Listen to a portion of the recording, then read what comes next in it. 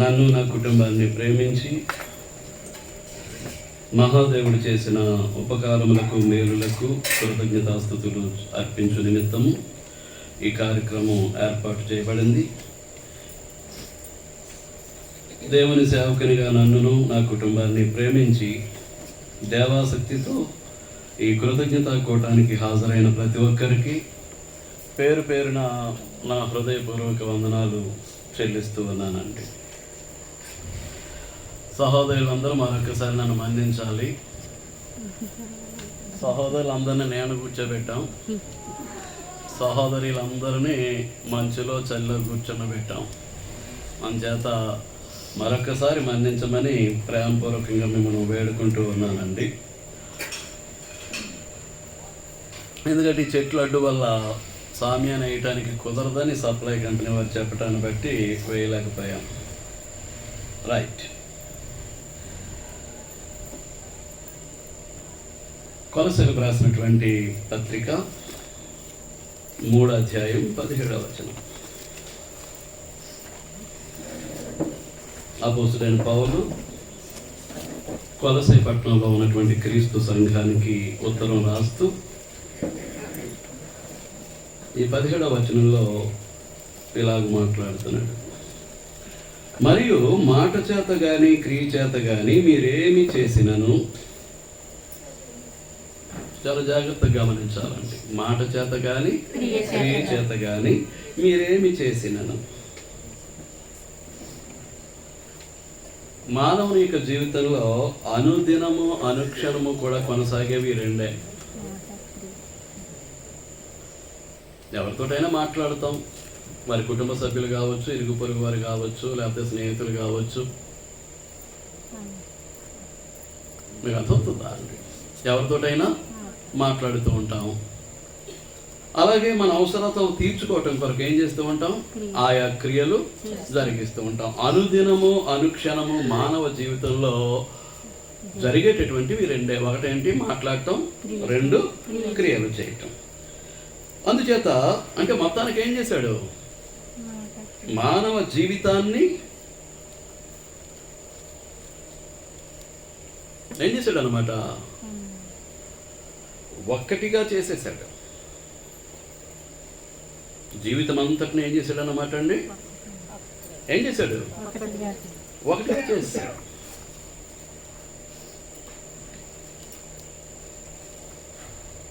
ఒకటిగా చెయ్యటము అని అంటే మానవుడు మాట్లాడేది మాటలు, రెండవది చేసేది క్రియలు. ఇక ఈ 2 తప్ప అనుక్షణము కూడా మానవ జీవితంలో సంభవించేవేవి లేవు. కనుక మనం ఏం మాట్లాడినప్పటికీ, ఏమి చేసినప్పటికీ ఏం చేయమంటున్నాడు? మాట చేత గాని క్రియ చేత గాని మీరేమి చేసినను, మీరేమి చేసినను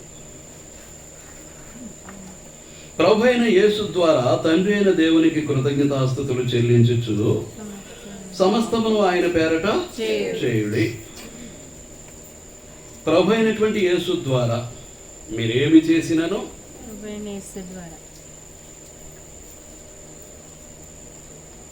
మాట చేత గాని క్రియ చేత గాని మీరేమి చేసినను ప్రభు అయిన యేసు ద్వారా, అంటే ప్రభు అయినటువంటి యేసు యొక్క శరీరము ద్వారా. ప్రభు అయినటువంటి యేసు యొక్క శరీరము ద్వారా అని అంటే ప్రభు అయిన యేసు క్రీస్తు యొక్క సంఘము ద్వారా.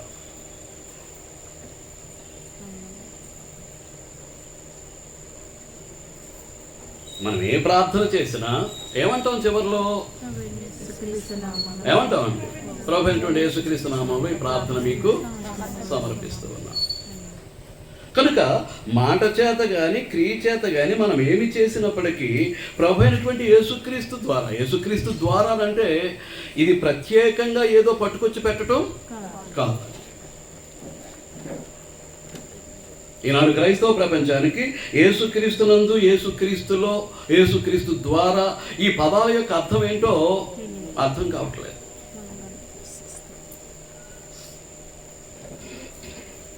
అర్థం కావట్లేదండి. మనం జాగ్రత్తగా పరిశీలన చేస్తే ఇదే పత్రికలో మొదటి అధ్యాయానికి మనం వెళదాం. మొదటి అధ్యాయానికి వెళ్ళి 18వ వచనాన్ని చూద్దాం. సంఘము అను శరీరమునకు ఆయనే శిరస్సు. సంఘమును శరీరమునకు ఆయనే శిరస్సు. ఎవరు శరీరం అయితే ఎవరికి శిరస్సు? ఎవరు శిరస్సు? ఇప్పుడు నేనున్నాను, నా శరీరానికి శిరస్సు. ఎవరి శరీరానికి ఎవరు శిరస్సు? నా శరీరానికి నేనే శిరస్సు. అలాగే క్రీస్తు యొక్క శరీరానికి క్రీస్తే శిరస్సు. దాన్ని మనం ఇంకా స్పష్టంగా చూడాలి అని అంటే 24వ వచనం. ఇప్పుడు మీ కొరకు నేను అనుభవించుచున్న శ్రమల యందు సంతోషించుచు సంఘము అను ఆయన శరీరము కొరకు. ఇప్పుడు మీకు క్లియర్ అయి ఉండాలి. సంఘము అను ఆయన శరీరం. సంఘం ఎవరి శరీరం? ప్రభువైనటువంటి యేసుక్రీస్తు యొక్క శరీరం. ఆ శరీరానికి శిరస్సు ఎవరు? యేసుక్రీస్తే. అంటే ఇక్కడ యేసు ద్వారా అన్నాడు అని అంటే 3:17లో ఎవరి ద్వారా? క్రీస్తు సంఘము ద్వారా. క్రీస్తు సంఘము ద్వారా తండ్రి అయిన దేవునికి కృతజ్ఞతాస్తుతులు చెల్లించుచు. అంటే తండ్రి అయినటువంటి దేవునికి కృతజ్ఞతాస్తుతులు చెల్లించాలి అని అంటే ఎవరి ద్వారా? ప్రభు అయినటువంటి యేసు ద్వారా. యేసు ద్వారా అంటే ఆయన పరిశుద్ధ శరీరము ద్వారా. ఆయన పరిశుద్ధ శరీరము ద్వారా అంటే ఆయన సంఘము ద్వారా. క్రీస్తుని సంఘాన్ని వేరు చేయలేమండి. మీకు అర్థమవుతుంది? క్రీస్తుని సంఘాన్ని వేరు చేయలేము. కనుక క్రీస్తు సంఘానికి మాత్రమే ఇవ్వబడినటువంటి ఆధిక్యత దేవుడు చేసినటువంటి మేలులకు ఉపకారాలకు కృతజ్ఞతాస్తుతులు చెల్లించడం. క్రీస్తు శరీరానికి వెలుపల కొన్ని కృతజ్ఞతా కార్యక్రమాలు ఆయా వ్యక్తులు జరిపినప్పటికీ వాటి ద్వారా దేవుడు కృతజ్ఞతాస్తుతులు స్వీకరించేటటువంటి పరిస్థితులు ఉండవు. ఏం చేతనంటే వాక్యానికి విరుద్ధం కనుక మనం ఏం జరిగిస్తూ ఉంటాం కార్యక్రమాలు. మన గృహాల్లో కూడా క్రీస్తుకు వెలుపల, క్రీస్తు శరీరానికి వెలుపల ఉన్నటువంటి వ్యక్తులు కూడా ఏం చేస్తూ ఉంటారు? దేవునికి కృతజ్ఞతాస్తుతులు చెల్లించడానికి ఏర్పాట్లు చేస్తూ ఉంటారు.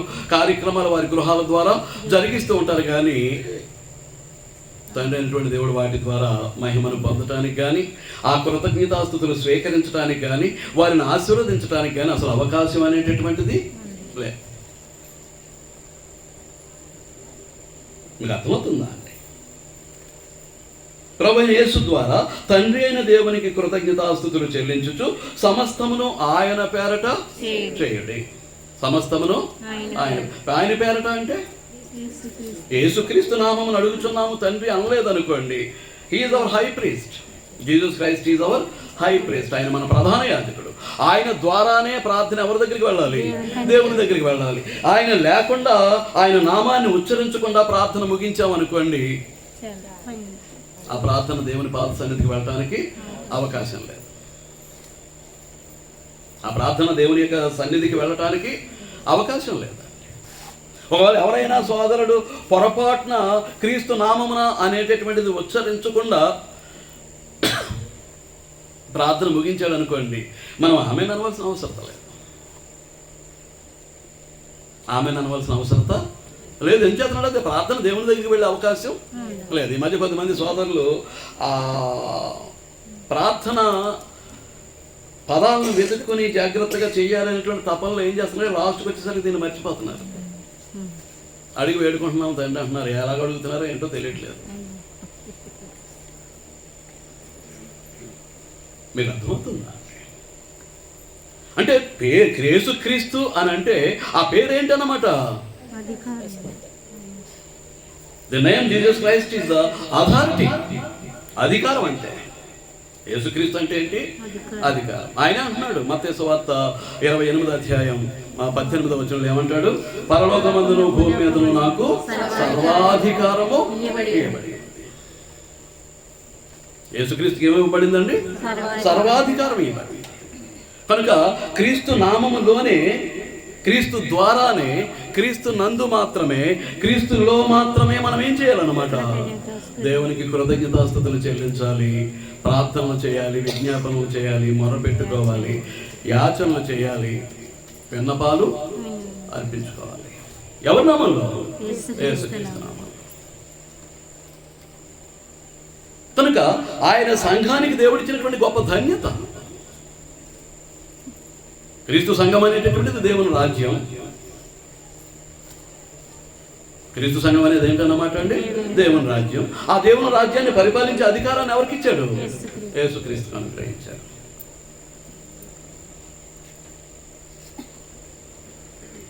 యేసుక్రీస్తు మనకు రాజు, అలాగే ఆయన మనకు ప్రధాన యాజకుడు. ఆయన మనకి ఎవరండి? ప్రధాన యాజకుడు. ఇక ఆ నామంలోనే తప్ప వేరొక నామంలో మనము దేవునికి కృతజ్ఞతాస్తుతులు చెల్లించడానికి అవకాశం లేదు. మీకు అర్థమైందని నేను భావిస్తూ ఉన్నా. కీర్తన గ్రంథం 53వ కీర్తన సోదరులు చదివి వినిపించడం జరిగింది. మీరు చాలా జాగ్రత్తగా పాఠాన్ని వినాలని మీకు ప్రభు పేట మనం చేస్తూ ఉన్నానండి. 53వ కీర్తన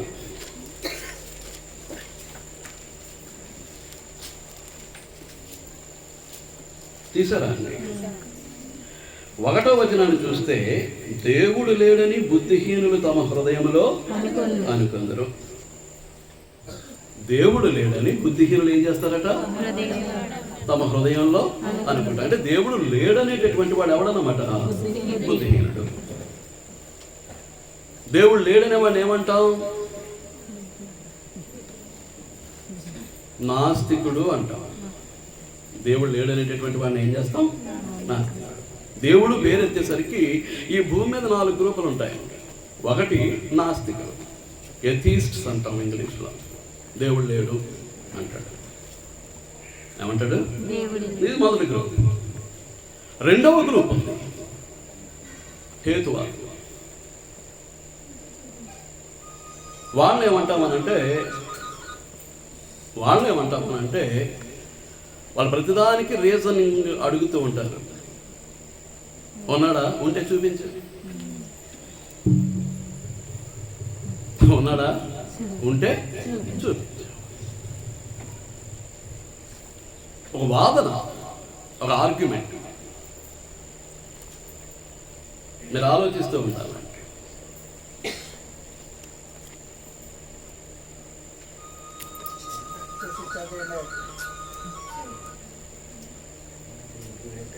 మీకు అర్థమవుతుందా? వీళ్ళని ఏమంటామనంటే రేషనలిస్ట్స్ అంటాం.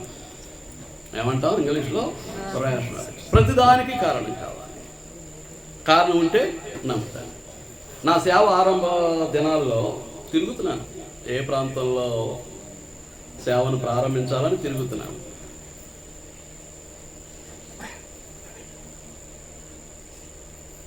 కొంతవరకు సుబ్బారావు గారికి తెలుసు. తిరుగుతున్నటువంటి పరిస్థితుల్లో ఒక ఆయన కనిపించాడు బస్ స్టాండ్లో.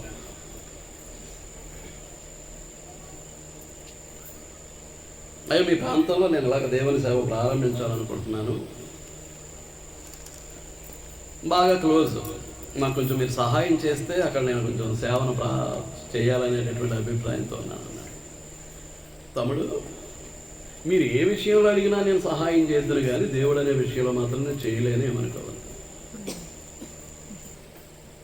అని అంటూ, నేను ఫలానా వారి శిష్యుని ఒక ఆయన పేరు చెప్పాడు. నేను ఫలానా వారి శిష్యుని కాబట్టి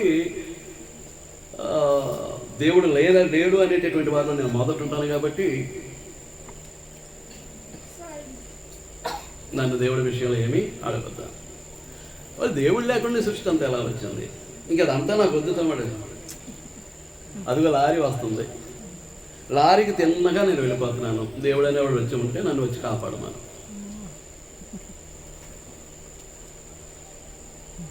ప్రతిదానికి రీజనింగ్ అండి.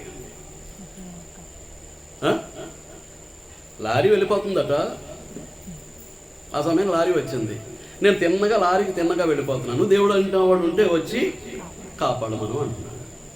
వాడు ఏం చేయాలి?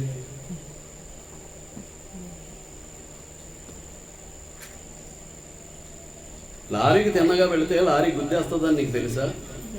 తెలుసు. గుద్దెచ్చే సస్తామని తెలుసా? తెలుసు. తెలుసుండి ఎలాగెళ్తావు? నీకు ఆ జ్ఞానం ఎవరిచ్చారు? దేవుడే ఇచ్చాడు. నీకు తెలుసో తెలీదో. నువ్వు అంగీకరించకపో, నీకు ఆ జ్ఞానాన్ని ఇచ్చింది ఎవరు? దేవుడు. నువ్వు మాట్లాడలేదు.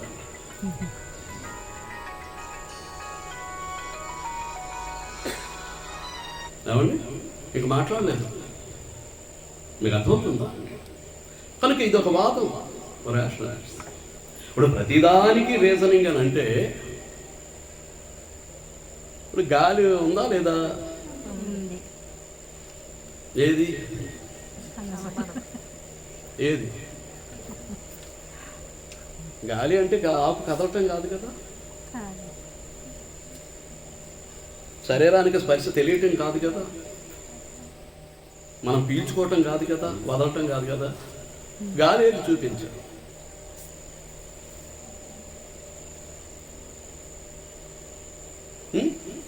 కరెంట్ ఏది? కరెంట్ అంటే లైటా? కరెంట్ అంటే సౌండ్ సిస్టమా? కరెంట్ అంటే ఫ్యానా? కరెంట్ అంటే మిక్సీయా? కరెంట్ అంటే రిఫ్రిజిరేటరా? అవునండి. కరెంట్ అంటే వాషింగ్ మిషనా? కరెంట్ అంటే పెద్ద ఫ్యాక్టరీయా? ఏది కరెంట్?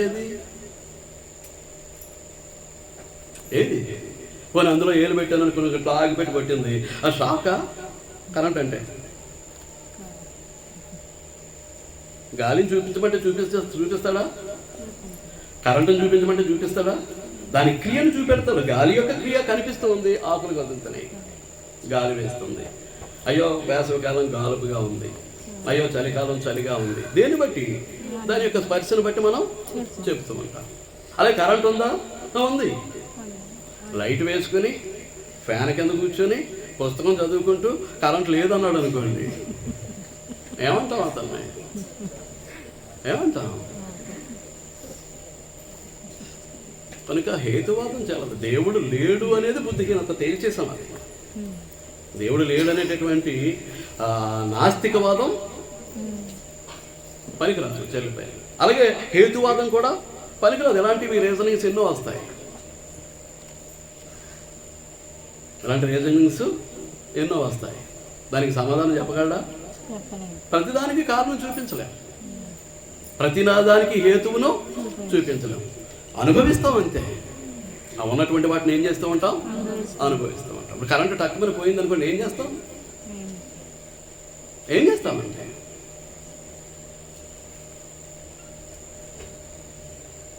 ఇదన్నది రెండోది పోయింది. మూడవది ఏంటనంటే దేవుడు ఉన్నాడు అనేటువంటి వాదాన్ని ఏమంటాం? ఆస్తికవాదం అంటారు.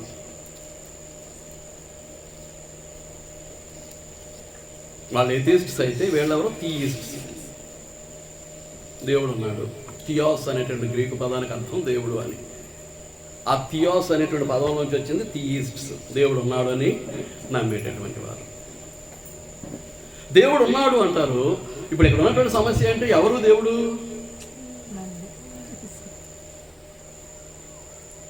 ఎవరండి దేవుడు? ఎవరు దేవుడు? కోట్లట. దేవుడు ఎంతమంది అటండి? కోట్లు. ఇలాంటి అనుభవం మనకు పరిశుద్ధ గ్రంథంలో కనిపిస్తుంది. అపోస్తల కార్యముల గ్రంథం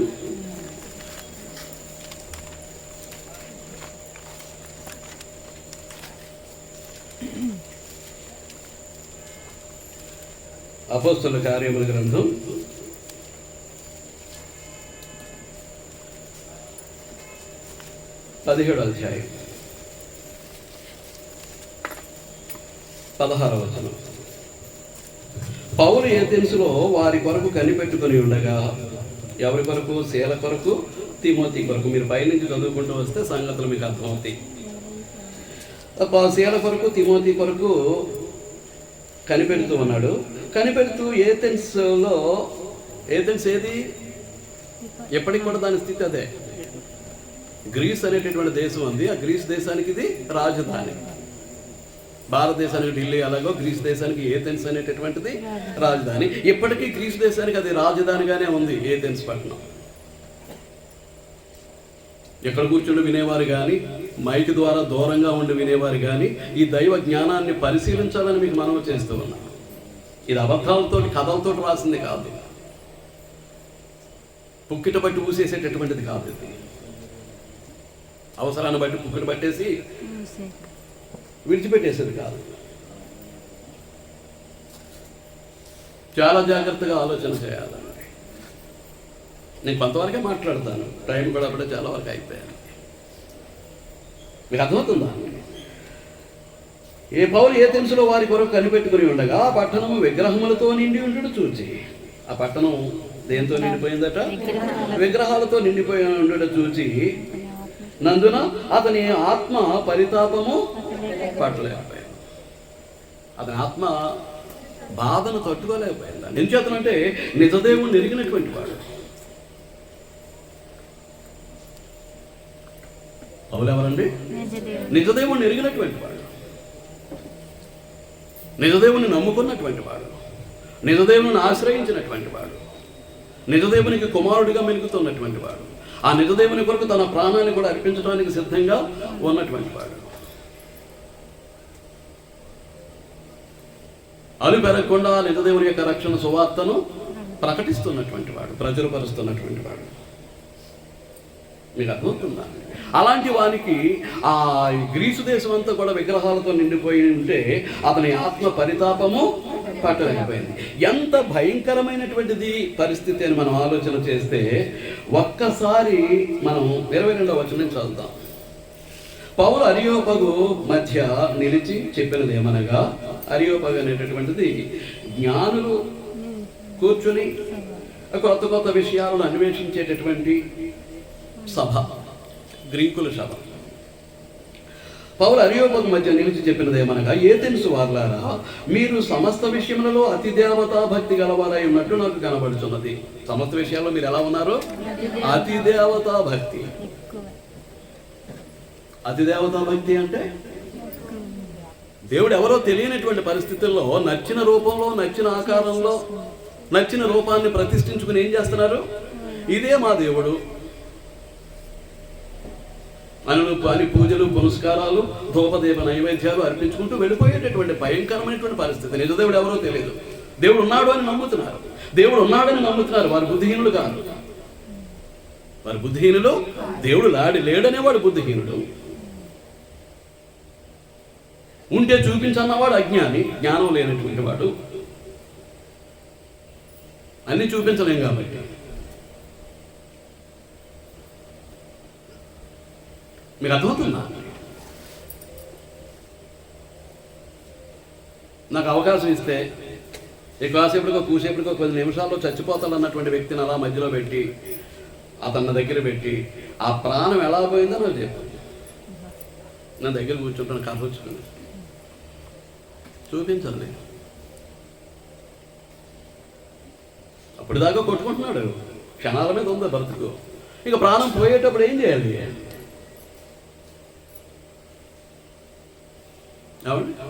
ఏం చేయాలి? ఎలా పోయిందో నాకు చెప్పాలి, చూపించాలి. దేన్ని? ప్రాణాన్ని. దగ్గరే ఉంటాడుగా. మనకి అన్నీ మనం రుజువులతోటి చూపించడం కష్టం. ప్రకృతి నిర్మాణమైనటువంటి విధానం అది.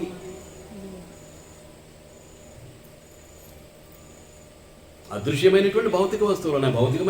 భౌతికమైనవి అంటే చెట్టు, పుట్ట, గుట్ట, రాయి, రప్ప అంటాం. కానీ కనిపించినటువంటి గాలి సంగతి ఏంటి? దాన్ని అనుభవిస్తాం తప్ప గాలి ఇది అని చెప్పడానికి అవకాశం లేదు.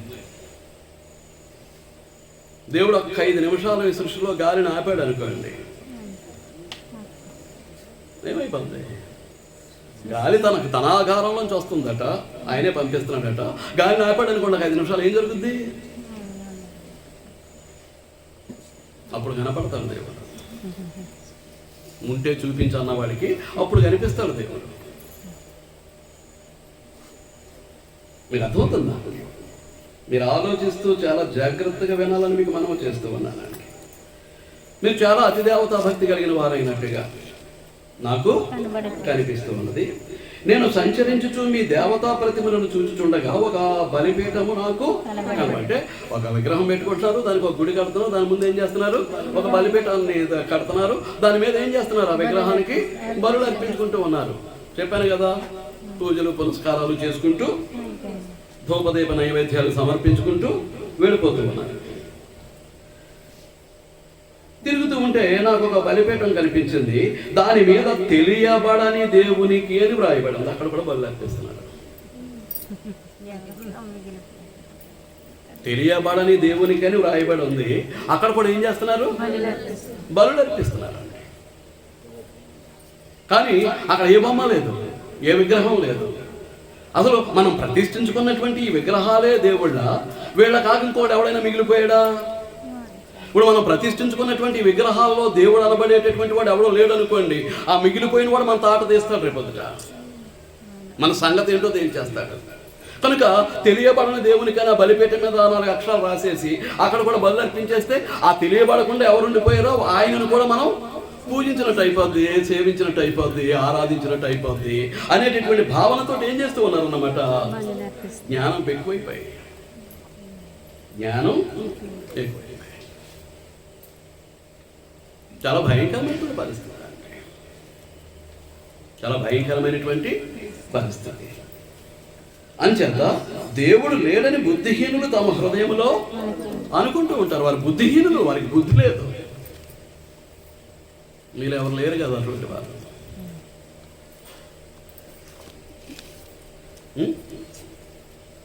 పైకి దేవుడు ఉన్నాడు అంటారు, మాట్లాడే మాటలు కానీ, చేసే ప్రవర్తన కానీ, చేసే క్రియలు కానీ దేవుడు ఉన్నాడు అనేటటువంటి భయభక్తులతో కూడినటువంటి మాటలు మాట్లాడరు, భయభక్తులతో కూడినటువంటి పనులు చేయరు.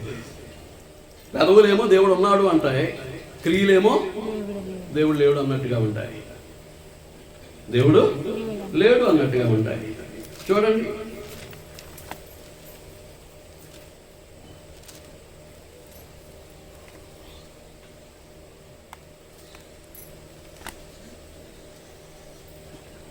తీతుకు రాసినటువంటి పత్రిక, అపోస్తలుడైన పౌలు తీతుకు రాసిన పత్రిక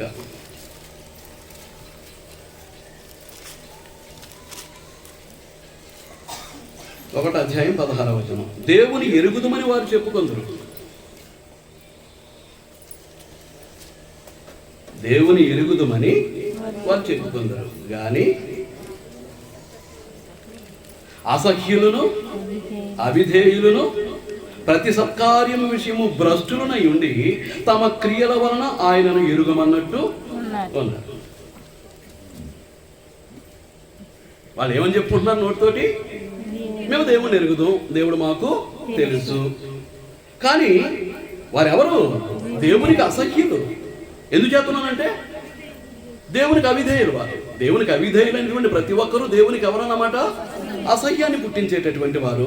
వారు అసహ్యులను, అవిధేయులను, ప్రతి సత్కార్యం విషయము భ్రష్టులనై ఉండి తమ క్రియల వలన ఆయనను ఎరగమన్నట్టు. అంటే వారి మాటలు కానీ క్రియలు కానీ మేము ఎరగమంటున్నాయి. ఎవరిని? ఇంకా బదవలేదని ఆలోచించకండి. అవునండి, మాటలు క్రియలేమో మేము ఎరగమన్నట్టుగా ఉన్నాయి వారి క్రియలు. కానీ నోరేమంటుంది? మేము ఎరుగుదాం అన్నట్టు. ఎరుగుదాం అంత ఎరుగుదలే, అరగరా? దేవుని ఎరగరండి. వారి క్రియల వలన వాళ్ళు ఎలా ఉన్నారు? ప్రతి సత్కార్యము విషయము వారు ఏమై ఉన్నారు? భ్రష్టులు. ప్రతి సత్కార్యం, సత్కార్యం అంటే దేవుని కొరకు చేసే పని, మంచి పని. మనుషులకు చేసేవి ధర్మకార్యాలు, దేవునికి చేసేవి సత్కార్యాలు. దేవుని సన్నిధికి వెళ్ళటం మానకుండా సత్క్రియ. దేవుని వాక్యాన్ని నేర్చుకోవటం సత్క్రియ. వాక్యానుసారంగా జీవించటం సత్క్రియ. సంఘం ఏదైనా కార్యక్రమాలు తలపెడితే ఆ కార్యక్రమాల్లో దేవుని క్రీస్తు పేరట పాలు పంపులు పొందటం సత్క్రియ. నశించిపోయే ఆత్మలకు సువార్త ప్రకటించటం సత్క్రియ. వారికి వాక్యాన్ని ప్రకటించి వారిని క్రీస్తు పాదాల యొద్దకు తీసుకురావటం దేవుని కొరకు చేసే ప్రతి పని కూడా దేని కిందకి వస్తుంది? సత్క్రియ. ఇక మనిషికి చేసేవి ఏమంటాం? ధర్మకార్యాలు. ఒక మనిషికి చేసేది అన్నం లేని వారికి అన్నం పెట్టడం, వస్త్రం లేని వారికి వస్త్రం ఇవ్వటం, ఇవన్నీ కూడా దేని కిందకి వస్తాయి? ధర్మ కార్యాల క్రిందకి. నేను వెళ్ళిపోతున్నాను వెనక్కి. దేవుడు లేడని బుద్ధిహీనులు తమ హృదయంలో అనుకున్నారు. దేవుడు ఉన్నాడు అంటారు కానీ దేవుడు ఎవరో తెలియదు కొద్దిమంది. మేము దేవుని ఎరుగుదామంటారు కానీ వారికి వారు ఎవరు అసహ్యులు, అవిధేయులు, ప్రతి సత్కారం విషయం భ్రష్టులు కనుక వారి క్రియల వలన వారు ఎలా ఉన్నారు? దేవుని ఎరగమన్నట్టు ఉన్నారు. కానీ దేవునికి ప్రగాఢమైనటువంటి కోరిక ఒకటి ఉంది. అదేంటి అని అంటే 53వ కీర్తనలో 2వ వచనం, వివేకము కలిగి దేవుని వెదకువారు కలరేమో అని దేవుడు ఆకాశము నుండి చూచి నరులను పరిశీలించి. వివేకము కలిగి దేవుని వెతికివారు కలరేమో అని 53వ కీర్తన 2వ వచనం. దేవుని వెతికేవాడు ఎవరు? వివేకి.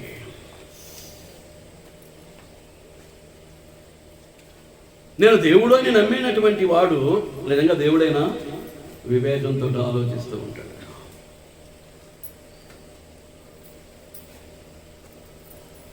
నేను పూజ చేసేటటువంటి ఆ ప్రతిమ నిజానికి దేవుడైనా వివేకంతో ఏం చేస్తూ ఉంటాడు? ఆలోచిస్తూ ఉంటాడు. దేవుడా కాదా తేల్చుకోవాల్సింది ఆ వ్యక్తే. దేనికైతే ఆరాధన చేస్తున్నాడో, దేన్నైతే పూజిస్తూ ఉన్నాడో అది నిజముగా దేవుడా తేల్చుకోవాల్సింది ఎవరు? ఆ వ్యక్తే. తేల్చుకోవాలి అంటే అతనికి ఏం కావాలి? వివేకం కావాలి. నేను పూజ చేస్తున్నటువంటిది నిజముగా దేవుడైనా, నేను సేవిస్తున్నటువంటిది నిజముగా దేవుడైనా. అంచేతనే దేవుడు మాట్లాడితే ఏమంటాడు? సర్వజ్ఞుడైనటువంటి దేవుడు మాట్లాడితే ఏమంటాడు? దేవుడిని వెదకాలి అని అంటే ఏం కావాలి? వివేకం కావాలి. దేవుడిని వెదకాలి అంటే ఏం కావాలండి? నేను అనుకున్నది దేవుడా కాదా అనేటటువంటి వివేకం కావాలి. తేల్చుకోవాలి అతను. దేవుడో కాదో తేల్చుకోకుండా ఎలా చేసేస్తారు? ఎలా పూజలు చేసేస్తారండి? ఎలా సేవించేస్తారండి? ఎలా చేస్తారు?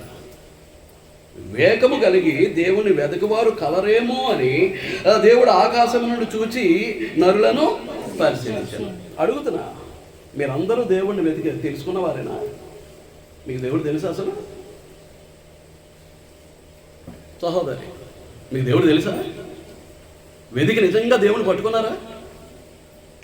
దేవుని పూర్తిగా తెలుసుకునేటటువంటి వెతికేటటువంటి వివేకం మన దగ్గర ఉందా? నిజంగా నేను నమ్ముకున్నటువంటి వాడు దేవుడు అని నువ్వు స్థిరంగా నువ్వు నమ్మినట్లయితే నిజముగా దేవుని కొరకు నమ్మకమైనటువంటి జీవితాన్ని జీవిస్తూ ఉన్నావా? యథార్థమైనటువంటి భక్తిని కలిగి ఉన్నావా?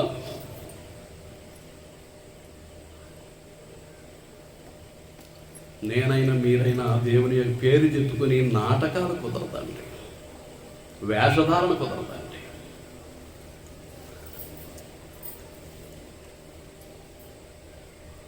మీరు అర్థమవుతుందా అండి? తండ్రి దేవునికి మనకి ఉన్నటువంటి రిలేషన్ ఏంటన్నమాట? తండ్రి పిల్లల సంబంధం. తండ్రి పిల్లల సంబంధం. ఒక్కసారి కొరింథీ పత్రిక వెళదాం.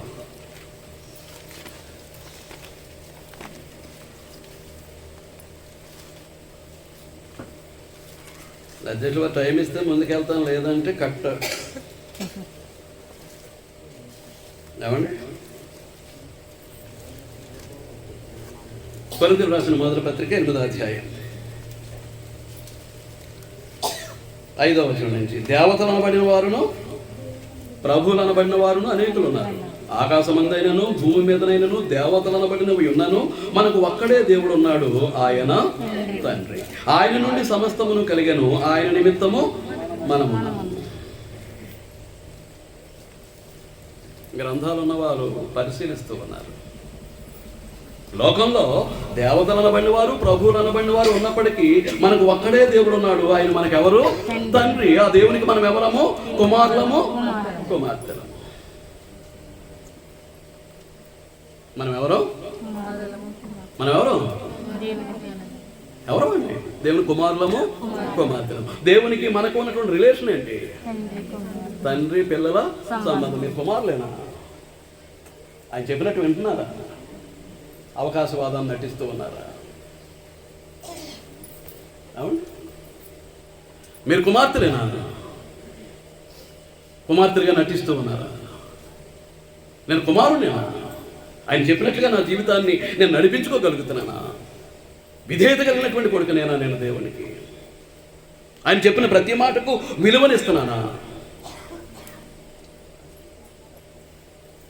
ఏ మాట మాట్లాడాలో దేవుడు నాకు తెలియజేస్తున్నాడు. ఏ క్రియ చెయ్యాలో దేవుడు నాకు తెలియజేస్తున్నాడు. ఏ మాట్లాడాలో ఆ మాటే మాట్లాడతా. ఏ క్రియ చేయమన్నాడో ఆ క్రియ చేస్తా. ఎందుకు చేస్తున్నానంటే దేవునికి నేను ప్రియమైనటువంటి కొడుకుగా ఉండాలని నేను అనుకుంటున్నాను కాబట్టి. మీరేమనుకుంటున్నారు? దేవునితో ఆడుకుందాం అనుకుంటున్నారా? మీ ఇష్టానుసారంగా నడుచుకుంటూ దేవుని మాటకు లోబడకుండా ఏం చేయాలనుకుంటున్నారు? వెతకాలండి. ఏం చేయాలి? వెతకాలి. కీర్తన గ్రంథం 105.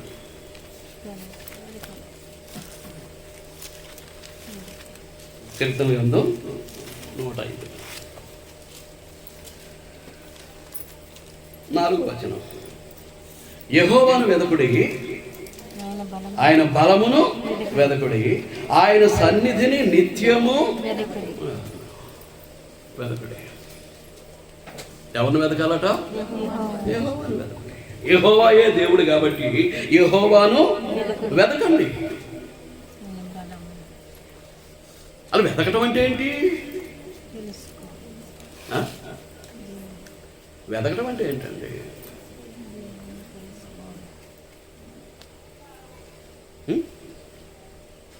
దేవుని వెతకడం అంటే ఏంటండి? ఏమన్నా సహోదరులు, దేవుని వెతకడం అంటే ఏంటి? ఏమనుకుంటున్నారు మీరు?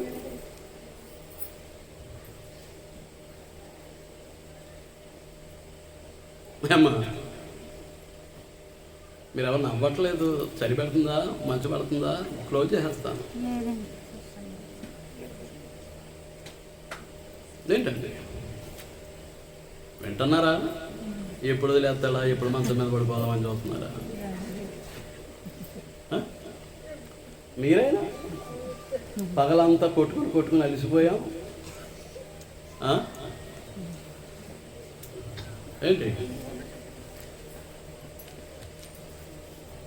ఇర్మియా గ్రంథం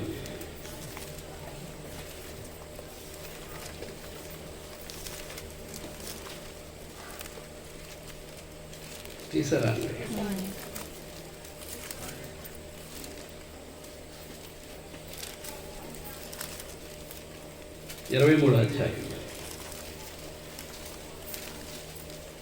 ఇర్మియా గ్రంథం 23వ అధ్యాయం. అంటే వెతకడం అంటే ఏంటో నేను మాట్లాడుతున్నాను మీతోటి. 23వ వచనం నుంచి, నేను సమీపమున నుండి దేవుడను మాత్రమేనా, దూరముగా నుండి దేవుడను కానా? దేవుడే ప్రశ్నిస్తున్నాడు ఇర్మియా ప్రవక్త ద్వారా. ఏమంటున్నాడు? నేను సమీపమున నుండి దేవుడను మాత్రమేనా, దూరమున నుండి దేవుడను కానా? యెహోవా సెలవిచ్చిన మాట ఏదనగా 24వ వచనం, నాకు కనపడకుండా రహస్య స్థలములలో దాగగలవాడు ఎవడైనా కలడా? ఆడవారు కానీ మగవారు కానీ. రహస్యంలో నా తప్పును చేసుకుంటూ వెళ్ళిపోతాను, రహస్యంలో నా పాపాన్ని చేసుకుంటూ వెళ్ళిపోతాను అని.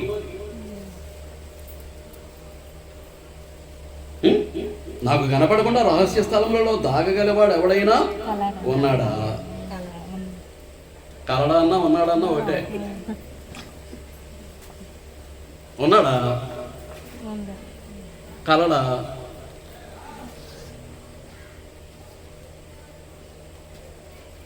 భాషకు వెళితే ఇంగ్లీష్లో అయితే సినానిమ్స్ అంటారు, తెలుగులో అయితే పర్యాయ పదాలు అంటారు. ఒక పదానికి రకరకాల, ఒకటి కాదండి, మరి ఒక పదం కాదు, ఒక్క పదానికి ఒక 10 పదాలు ఉంటాయి భాషలో.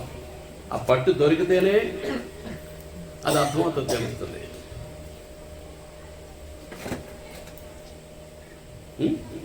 మాకు తెలుగు లెక్చరర్ గారు ఉండేవారు, రామసుబ్బయ్య గారు అని, యమనస్తుడే. మాది first batch junior college intermediate. అది 10th అయింది, తక్కువని జూనియర్ కాలేజ్ వచ్చింది, ఫస్ట్ బ్యాచ్ మేమే. కానీ మంచి ఇంటెలిజెంట్లు, ఫస్ట్ టీంలో వచ్చినటువంటి లెక్చరర్స్ అందరూ. ఇంగ్లీష్ లెక్చరర్ అంతే, తెలుగు లెక్చరర్ అంతే, కామర్స్ లెక్చరర్ అంతే, ఏ లెక్చరర్ అని అంతే. మిత్రభేదం పాఠం అన్నమాట, చెన్నై స్వీర్ది. హిరణ్యకుడు లాగదొచ్చాను అన్నాడు. హిరణ్యకుడు లాగదొచ్చాను అన్నాడు.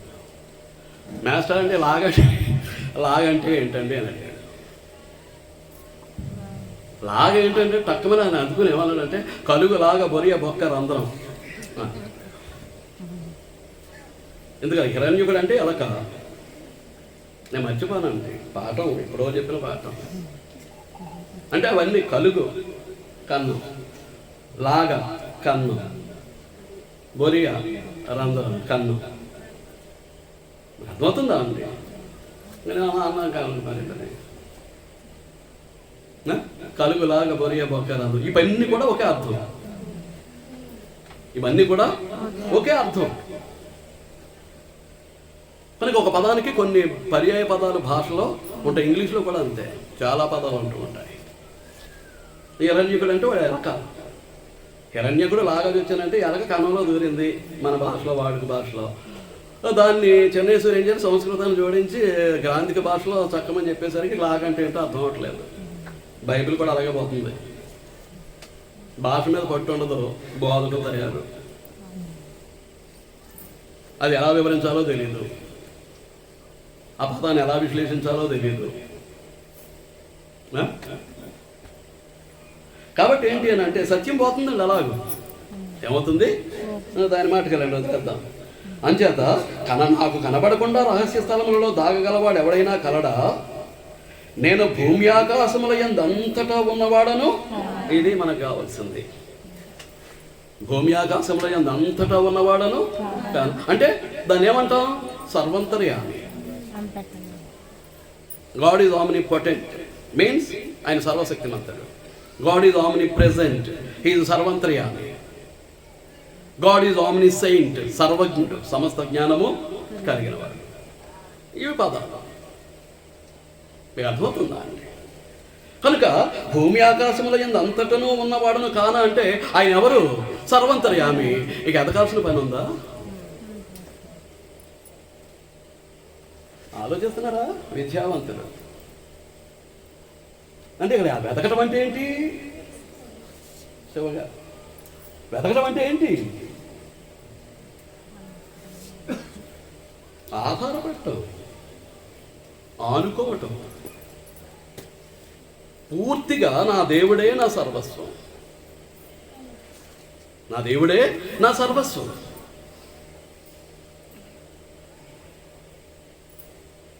ఆయన మీద ఆధారపడటం, ఆనుకోవటం, వెతకటము అంటే.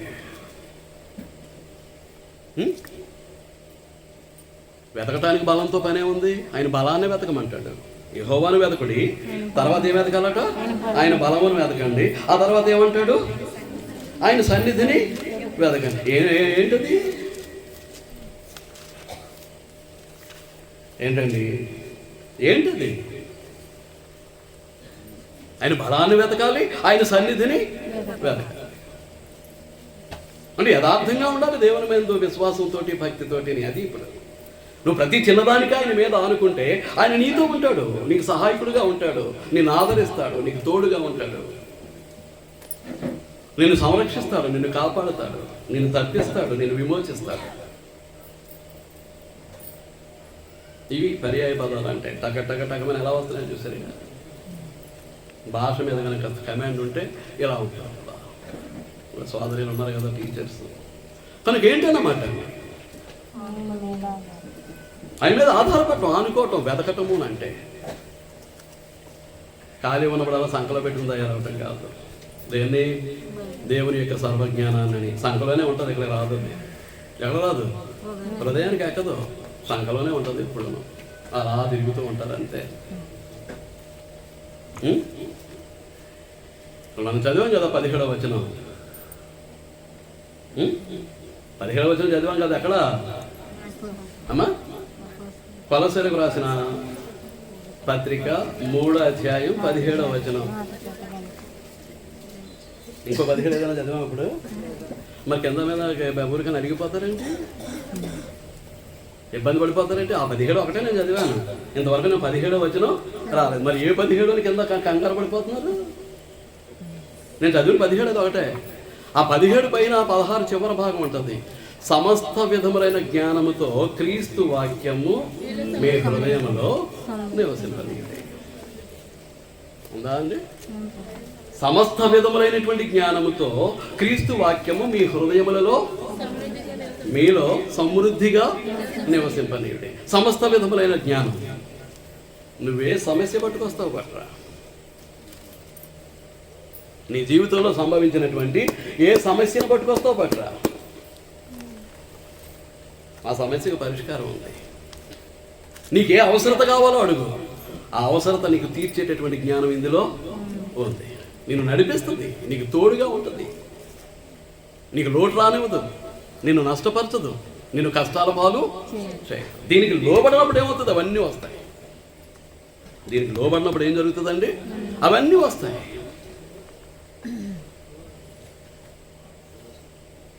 సకల విధములైనటువంటి జ్ఞానం. అంటే మానవునికి ఏ ఏ కోణంలో ఎలాంటి జ్ఞానం కావాలో ఆ జ్ఞానమంతా ఎక్కడుంది? దేవుని యొక్క సర్వజ్ఞానం అంతా ఎక్కడుంది? పరిశుద్ధ గ్రంథంలో. అంచేత ఏం చేయకూడదు? ఏం చేయాలి? ఆయనను వెదకాలి, ఆయన బలమును వెదకాలి, ఆయన సన్నిధిని వెదకాలి. మనకు తెలుసు, పగల మేఘస్తంభం, రాత్రి అగ్నిస్తంభం. పగల మేఘస్తంభం ఎలా ఉంటుంది? నల్లగా ఉంటుంది. సూర్యుని కిరణాల మేఘాల్లోంచి అసలు వారి మీద పడే అవకాశమే లేదు. ఏం చేద్దంటే వారు దేవుని పిల్లలు కాబట్టి, వారిని నడిపించేవాడు దేవుడు కాబట్టి. వదిలినట్టే వదిలి వాళ్ళందరినీ మళ్ళీ వెనక్కి తీసుకువెళ్ళిపోవటానికి 600 రథాల మీద వచ్చేస్తున్నారు సైనికులు, రమారమ 6000 మంది. ఏం చేశాడు? పైన ఉన్నటువంటి ఆ నల్లటి మేఘాన్ని ఎలా దింపాడంటే వాళ్ళు ఏం చేస్తారు? అక్కడ ఏం జరుగుతుందో కనపట్లేదు. మోషే, నీ చేతిలో ఉన్నటువంటి కర్రను ఏం చేస్తావు? ఆ ఎర్ర సముద్రం మీద చాపు. అంతే, నీరు గోడల కింద నిలబడింది. దిగారు, ఆ గోడల కింద నీరు నిలబడిపోతే మధ్యలోంచి వెళ్ళిపోదామని దిగారు. కాలుకి తడవట్లేదే, ఆరిన నేల మీద నడిచేస్తున్నారు. ఎవరు? దేవుని ప్రజలైనటువంటి ఇశ్రాయేలీయులు. ఆయన బలం, ఆయన బలం అండి. ఒక్కడు కూడా సముద్రం మధ్యలో లేకుండా అవతలకు వెళ్ళిపోయారు. ఇప్పుడు లేచింది ఏది? ఈ నల్లటి మేఘం. ఎంత బలమైతే అలా జరుగుతుంది? మీరు ఎప్పుడైనా ఆలోచించారో లేదో? దాటిపోతున్నారు, నడిచేయండి. అవతలకు ఒక రథం వెళ్ళలేదు, ఈ చివర ఒక రథం లేదు. మొత్తం 600 రథాలు అక్కడ ఉన్నాయి, ఎర్ర సముద్రం మధ్యలో ఉన్నాయి. ఇంకంతే. దేవుని బలం, దేవుని శక్తి అర్థం చేసుకుని బ్రతకాలండి. నేను నమ్ముకున్నాను, విశ్వసించాను, నాకంటే భక్తి పరులు లేరు, కబుర్లు ఏదైనా చెప్పచ్చు. కానీ జీవితం దేవుడు చెప్తున్నాడు, నువ్వు చేస్తున్నావా? ఆయనకు ప్రియమైనటువంటి కుమార్తెవా? ఆయనకు ప్రియమైనటువంటి కుమారుడువా? అయిపోయిందండి, వదిలేయమంటారా?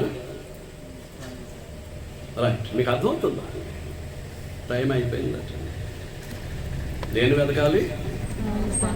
దేని వెతకాలి? యెహోవాను వెతకాలి, ఆయన బలమును వెతకాలి, ఆయన సన్నిధిని. ఇక్కడ వెతకటం అంటే ఏంటి? సర్వంతర్యామిని వెతకాల్సినటువంటి పని లేదు. సర్వంతర్యామిని వెతకాల్సినటువంటి పని లేదు.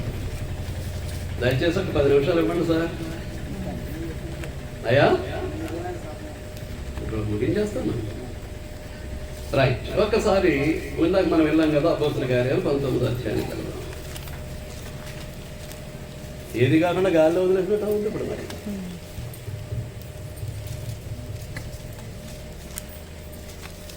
సమయాన్ని ఎక్కువ తీసుకున్నామా, దయచేసి ఇబ్బంది పడద్దు. 17వ అధ్యాయం, అపోస్తలుల కార్యములు 17వ అధ్యాయం. 26, 27 వచనాలు. మరియు యావత్ భూమి మీద కాపురం ఉండేటకు ఆయన ఒకరి నుండి ప్రతి జాతి మనుష్యులను సృష్టించి. దేవునికి తెలుసు ఒకనే సృష్టించాడు ఆయన. మళ్ళీ ఆయనకు సాటి అయిన సహాయంగా ఇవ్వబోయేటటువంటి స్త్రీ పక్క నుంచి పట్టుకొస్తే వీళ్ళిద్దరి మధ్యలో ఏ గొడవ వస్తుందో అని ఏం చేశాడు? పక్కటెమ్మకనే తీశాడు తప్ప ఇంకో బొమ్మను చేయలేదు. అంతగా దేవుడు జాగ్రత్త పడితే మానవుడు మనుషులు ఏమైపోయారు? కులాలట. ఏంటండి? కులాలు, జాతులు, వర్గాలు. కులాలు, జాతులు, వర్గాలు ఏంటో.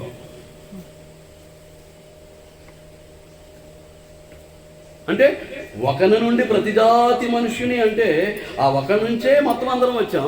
అందరం ఒకే జాతి, ఒకే కులం, ఒకే వర్గం. ఇక జాతి భేదం అనేది మానవుల మధ్యలో ఉండటానికి వీల్లేదు. మరి కుల వ్యవస్థ ఎందుకు వచ్చిందని నేను మాట్లాడుకోవట్లేదు. మాట్లాడవచ్చు కానీ మాట్లాడట్లేదు. కుల వ్యవస్థకి మూల కారణాలు ఏంటో చెప్పొచ్చు.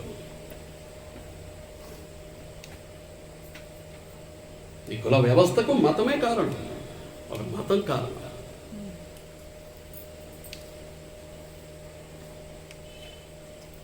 మీకు అర్థమవుతుందా?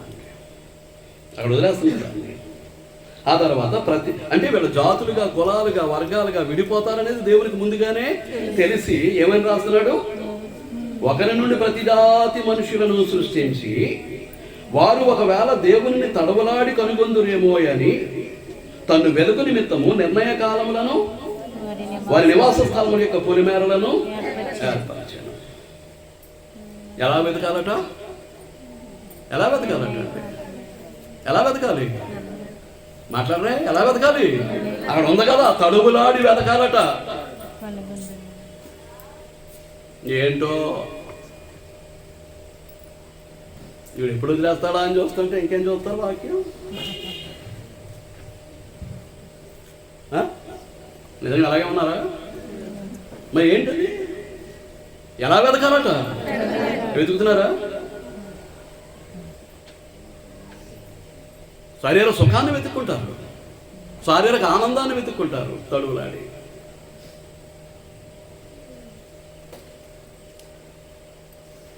శరీర సంబంధమైనటువంటి సంపదను గురించి వెతుక్కుంటారు తడువులాడి. దేవుని వెతకేవాడు ఎవడున్నారు తడువులాడి? చూడండి మత్తయి సువార్త 15, క్షమించండి లూకా సువార్త 15వ అధ్యాయం. క్షమించండి, లూకా సువార్త 15వ అధ్యాయం.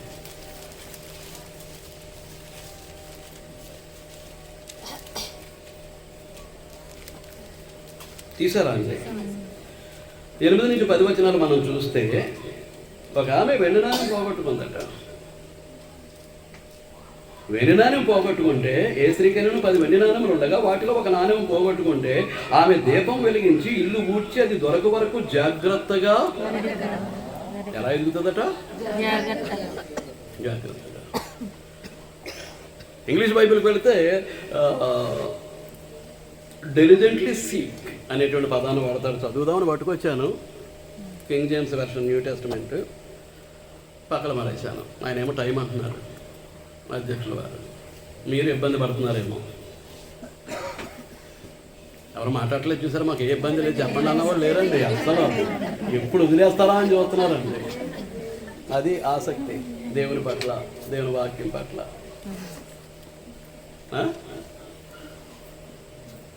అవునా అండి? అబద్ధాలు ఆడద్దు. మళ్ళీ దేవుని సన్నిధిలో ఉన్నాం, రేపు వదిలి ఇబ్బంది అయిపోద్ది.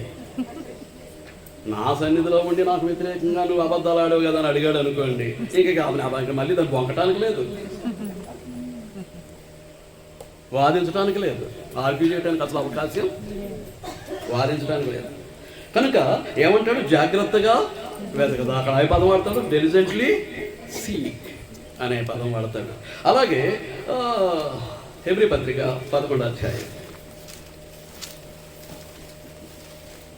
పత్రిక నా వెనకాల కూర్చొని పరిగెట్టేస్తున్నారండి నన్ను. 11వ అధ్యాయం 6వ వచనం. విశ్వాసం లేకుండా దేవునికి ఇష్టడైండుట అసాధ్యం. చూసారా అండి? దొరికిందా? గ్రంథాలు మూసేసుకుని కాళ్ళు ఆర్జాపు కూర్చున్నారా లేకపోతే చూస్తున్నారా? ఇదో ఫ్యాషన్ ఇప్పుడు.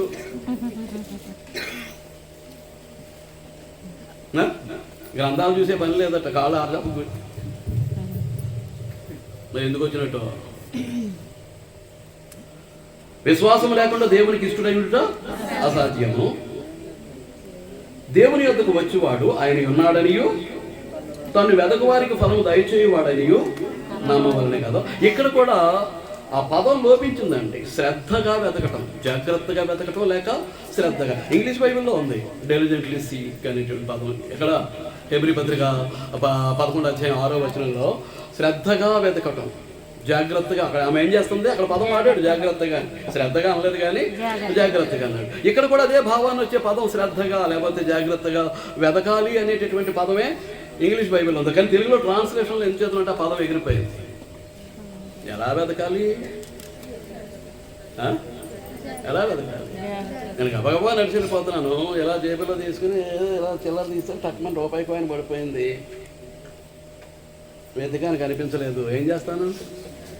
ఎంతసేపు ఎదుగుతాను? ఎంతసేపు ఎదుగుతాను? ₹1 కాయిన్, అది రూపాయి నాకు తెలుసు. ఎంతసేపు ఎదుగుతాను? దొరకలేదు. దొరికేదాకా ఎదగను. అది రూపాయి. ఇలా తీసాను, జేబులో అద్దరం పెట్టుకున్నాను, ఇలా తీసాను, ఇలా టక్మని జారిపోయి దొరికిపోయి పడిపోయింది. ఇప్పుడు ఏం చేస్తాను? అది రూపాయి కాయిన్, ఇది వజ్రం.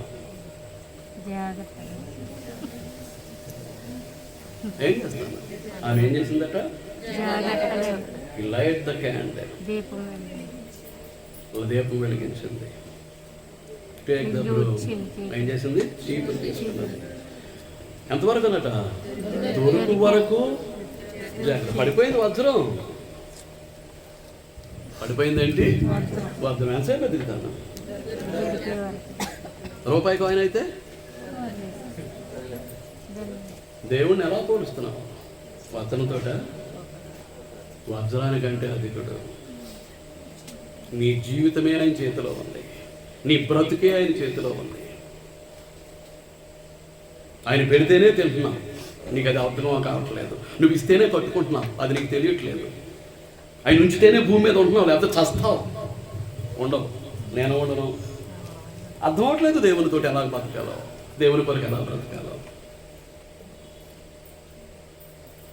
యెహోవాను వెతుకుడి, ఆయన బలమును ఎరిగి ఎతకండి.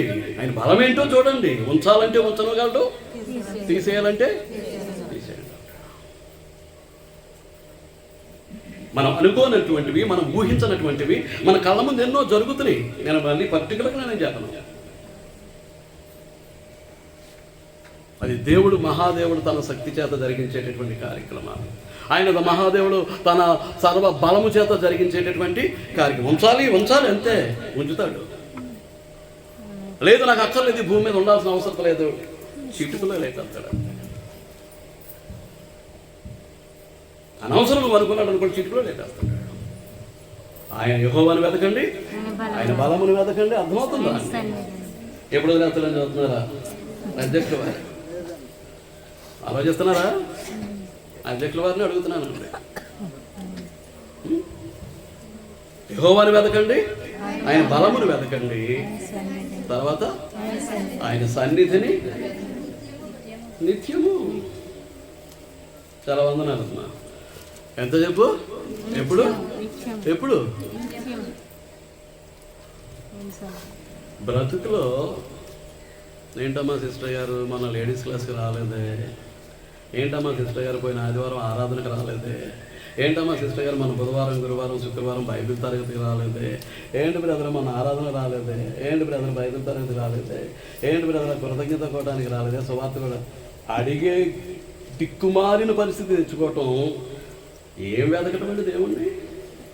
దిక్కుమారిన పరిస్థితి, దరిద్రపు పరిస్థితి. ఎందుకు రాలేదే అని అడిగించుకునేటప్పుడు అసలు నీ విశ్వాసం ఏంటి? ప్రశ్నార్థకం. నీ భక్తి ఏంటి? ప్రశ్నార్థకం. నీ స్థితి ఏంటి? ప్రశ్నార్థకం. నువ్వు దేవుని కొడుకువా కూతురువా? ఎవరివి? తండ్రి పాద సన్నిధికి రావడానికి మళ్ళీ ఎందుకు రాలేదని ఒకరు అడగవా? అదేం కుమారత్వం? అదే విధమైనటువంటి కుమార్తె యొక్క విధానం.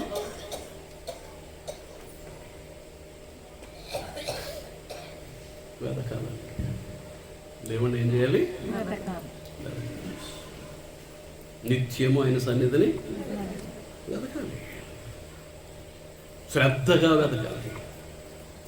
తను వెతికే వారికి ఏం చేస్తాడట? ఫలము దయచేస్తాడట.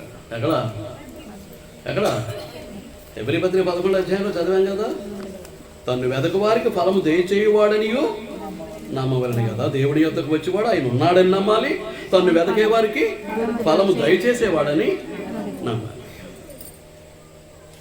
కొంత సమయాన్ని అధికంగా ఇచ్చినందుకు అధ్యక్షుల వారికి వందనాలు తెలియజేస్తున్నాను. శ్రద్ధగా ఉన్న మీ అందరికీ కూడా నా హృదయపూర్వక వందనాలు తెలియజేస్తూ వాక్యాన్ని ముగిస్తూ ఉన్నానండి. అందరికీ వందనాలు.